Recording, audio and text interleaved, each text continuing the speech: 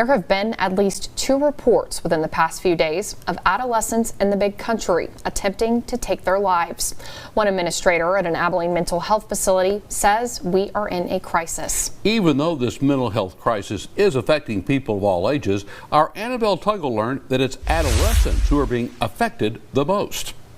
There's so many young people struggling and just not getting the help that they need. On April 20th, Lauren Hardin says she drove up on an accident she did not expect to encounter. We saw a person, a young man, lying on the ground. He was hit by the car. Hardin says the boy told her he was trying to take his life, and the woman that allegedly hit the boy made a post on Facebook saying the same thing. And as a mom, that's not something that you ever want to experience. Only a few days later, another young boy at Roscoe High School attempting to take his life as well. These incidents leading Hardin to say more people are needing help in the Big Country. There are not enough resources in town. And over here at Oceans Behavioral Hospital, Administrator Stacy Sanford told me they have seen an increase over the past few years in patients coming in, now averaging about 200 to 300 admissions a month. And she says out of those patients, 60% of them have either had thoughts of taking their own life or have attempted to.